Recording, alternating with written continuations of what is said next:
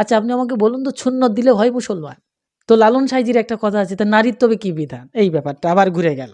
তখন বলবে কি যে ইসলামের বিরুদ্ধে কথা বলছে। আমাদের পুরুষ লিঙ্গের যদি চামড়া কেটে ফেলে তখন সে মুসলিম হয়ে যায়, তো নারীর ক্ষেত্রে কি বিধান হবে মুসলমানদের?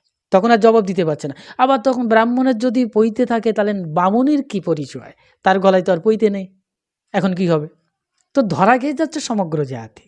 মূল তত্ত্ব হচ্ছে, যে মেয়েটি মুসলিম ঘরে গেছে বা যে ছেলেটি বা মেয়েটি হিন্দু ঘরে এসছে, তাদের কি শরীরের পরিবর্তন ঘটেছে আমাকে বলতে পারেন?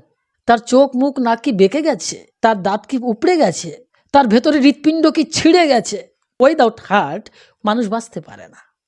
তার কিডনি যে হজম প্রক্রিয়া সে কি নষ্ট করে দিয়েছে, লিভার নষ্ট করে দিয়েছে, মূত্রথলি কি বন্ধ হয়ে গেছে, সে কি হাগা পায়খানা টয়লেট চেপে রেখে দিয়েছে, সব কিছুই তার চলছে।